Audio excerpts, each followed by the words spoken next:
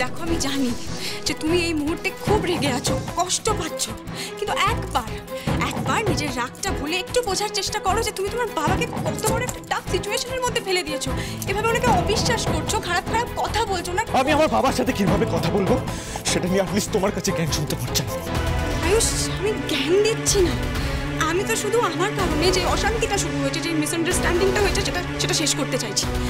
দেখুন আমি না আপনাদের সবাইকে বলছি, আপনারা এভাবে স্যারকে ভুল বুঝবেন না প্লিজ। আর দেখুন আমি বোঝাতে চাইছি যে এভাবে খারাপ খারাপ কথা বলবেন না স্যারকে, আর অবিশ্বাস তো একেবারেই করবেন না। আসলে স্যার আমার জন্য অনেক কিছু করেছে, তবে আর বিন্দি স্যারের থেকে কোনো ফেভার্স নেবে না।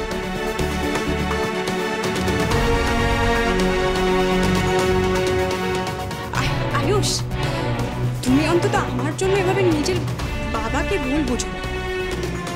দেখো সত্যি এটাই যে যা কিছু হয়েছে তার সব দোষ আমার, স্যারের কোনো দোষ নেই। যা যা হয়েছে তার জন্য আমি দায়ী। আমি বাধ্য করেছি স্যারকে জোর করে আমার মিথ্যেটা মেনে নিতে। হ্যাঁ বিন্দি, কি বলছিস কি তখন থেকে তুই? সব দোষ তোর জন্য সব কিছু হয়েছে, এসব কথার মানে কি? বিয়ে কখনো কি কারোর একার চেষ্টায় হয় রে? জামাই বাবা জীবন সে কি অবধ শিশু যে তুই সব বললি আর সে সব মেনে নিলে? দেখো পিসি, আমি এক্স্যাক্টলি সেইটাই বলছি যেটা ঘটেছে। আর পিসি আমি তো বলছি আমি পরে তোমাকে না না না, পরে বললে হবে না। তুই পরে যে কথা বলবি সেটা তো এখনই আমাকে বলতে হবে। প্লিজ একটু চুপ করো, এসবের মধ্যে কথা কেন বলছো তুমি? আমি তো বলছি ঠিক সময় মতো আমি তোমাকে সবটা বুঝিয়ে বলবো। আর আয়ুষ প্লিজ ফর ওয়ান্স তুমি আমাকে বিশ্বাস করো, আমি পরে তোমাকেও পুরোটা এক্সপ্লেন করবো, কিন্তু আপাতত তুমি আমাকে বিশ্বাস করো। এভাবে প্লিজ স্যারকে ভুল বুঝো না প্লিজ। আয়ুষ্মান বাবু, আমারও মনে হয় এভাবে রেখে সিদ্ধান্ত না নিয়ে বিন্দি দিদি কি বলতে চাইছে সেটা আমাদের সবার শোনা উচিত। কি বলবে ও? বলারই বাকি আছে। মিমি যে বলি, মিমি কে? যাও বাবার ঘরে গিয়ে এক্ষুনি গিয়ে দেখে আসো, যাও, তাহলেই তোমরা বুঝতে পেরে যাবে যে কি সুন্দরভাবে ফুলসজ্জার খাট সাজানো হয়েছে। যাও গিয়ে দেখে আসো।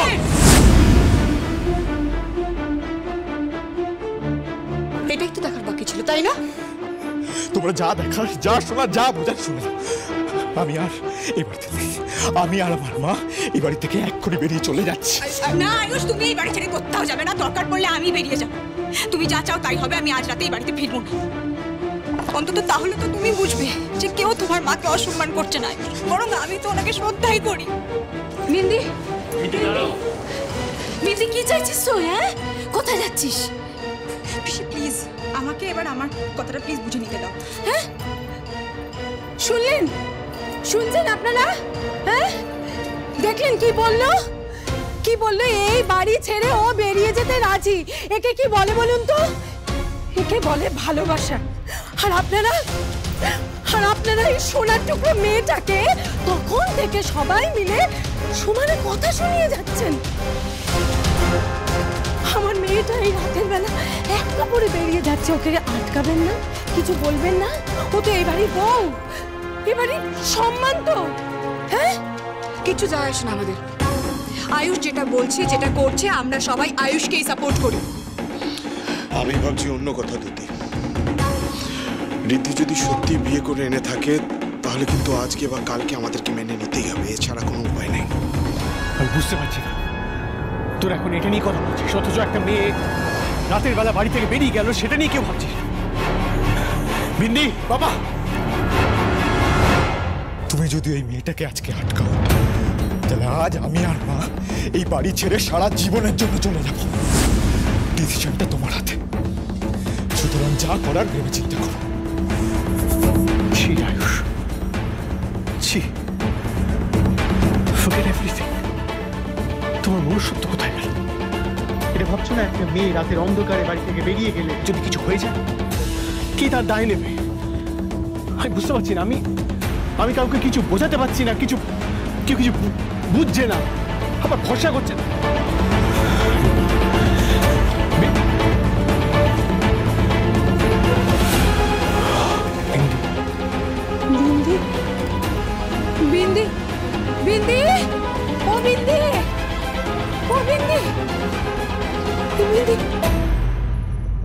বিন্দি কি চলে গেল নাকি? ওমা, এই মেয়ে কি সত্যি সত্যি চলে গেল? ও বিন্দি কোথায় গেল? এখন কি করব আমি? কি করব এখন আমি? এই মেয়ে কোথায় গেল? বিন্দি কোথায় গেল? আমার ভাইজিটা কোথায় চলে গেল?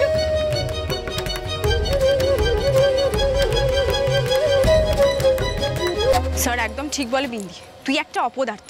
তুই মানুষজনের জীবনে কেন ঢুকিস বলতো? শুধু প্রবলেমস ক্রিয়েট করতে। But not this time bindi. যেই সমস্যার জালে তুই স্যারকে আর স্যারের পরিবারকে জড়িয়েছিস, সেটা এবার নিজে ফিরে এসে তুই ছাড়িয়ে দিবি। গেটটা খুলে দিন তো। বলছি আজকে কার বিয়ে আছে ম্যাডাম? মানে আপনি এই সাজে তো, তাই জিজ্ঞেস করছিলাম আর কি। কেন দাদা, আমাকে দেখে বুঝতে পারছেন না কার বিয়ে? আমি তো কোণে সেজেছি।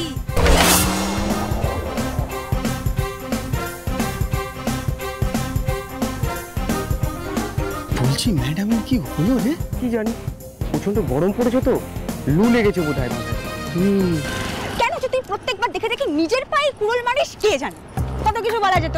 আমি আজ স্যারের ঘরে ঢুকবো না, ওই খরুসের ঘরে যাবো না, আমি ওই ফুলচোরটা হবে না, তা না। দেখে দেখে কি বলে বসলি তুই? আমি আজ বাড়ি ফিরবো না। Wow bindi, super. এবার কি করবি তুই? কোথায় যাবি বল বল। ওইদিকে খরুসকেও শুধু শুধু সবাই কত কথা শোনাচ্ছে, ভুল বুঝছে। এমনকি আয়ুষও, সবাই তোর ওপর খাপ্পা বিন্দি। কিন্তু তুই সত্যিটাও তো এখন কাউকে বোঝাতে পারবি না। নো বিন্দি, নো কান্নাকাটি। তুই একটু ভাব তো, এই ব্লান্ডারটা তুই কি করে ম্যানেজ দিবি সেটা ভাব।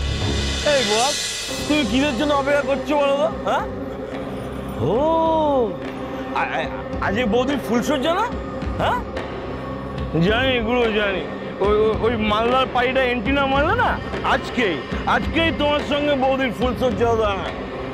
কিন্তু এখন তো আর কিছু মৃদুলের চোখ না কখনো ভুল দেখে না। আমার যে শগুনের চোখ, বুঝতে পেরেছিস? ওই ব্যবসায়ের গদির তলায় কত টাকা আছে, গদির উপর থেকে আমি বুঝতে পেরে যাই।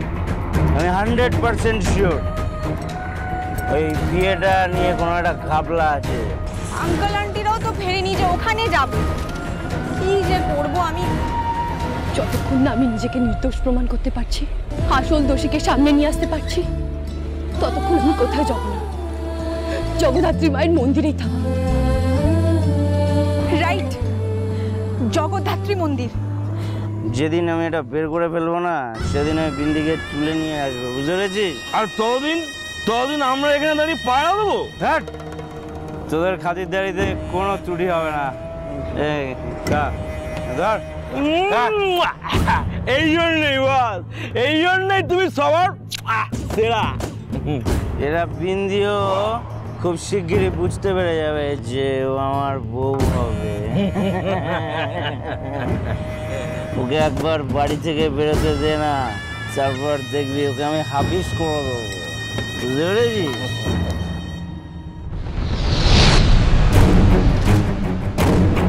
এই আমার মনে হচ্ছে নেশা হয়ে গেছে।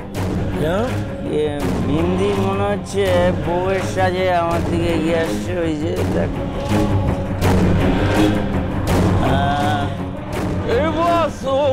ওই দেখো, সত্যি সত্যি তো বৌদি চলে গেল। এই তাহলে কি এটা স্বপ্ন ছিল না? সত্যি সত্যি। হ্যাঁ, চল চল, আসতে চল, গাড়ি ছোড়া, তাড়াতাড়ি ছোড়া, চলো। আজ মাথা খারাপ এই মেয়েটার, চাইছে তাই করছে, নিজের মন মর্জি মতো চলছে, কারো কোনো কথা শুনছে না, অবাধ্য। এদের জেনারেশনের প্রবলেম এটা। আর ওদিকে আয়ুষ আমাকে ভুল বুঝছে।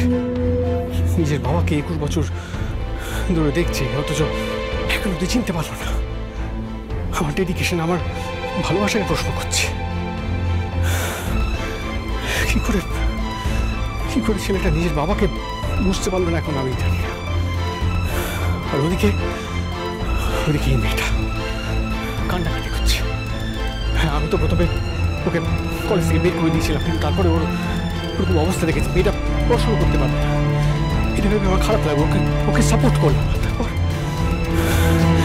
তারপর সেটা অ্যাডভান্টেজ নিয়ে হঠাৎ করে বাড়ি থেকে বেরিয়ে গেল, আমার কথাও শুনল না। কি যে চাই আমি এটা কে জানে।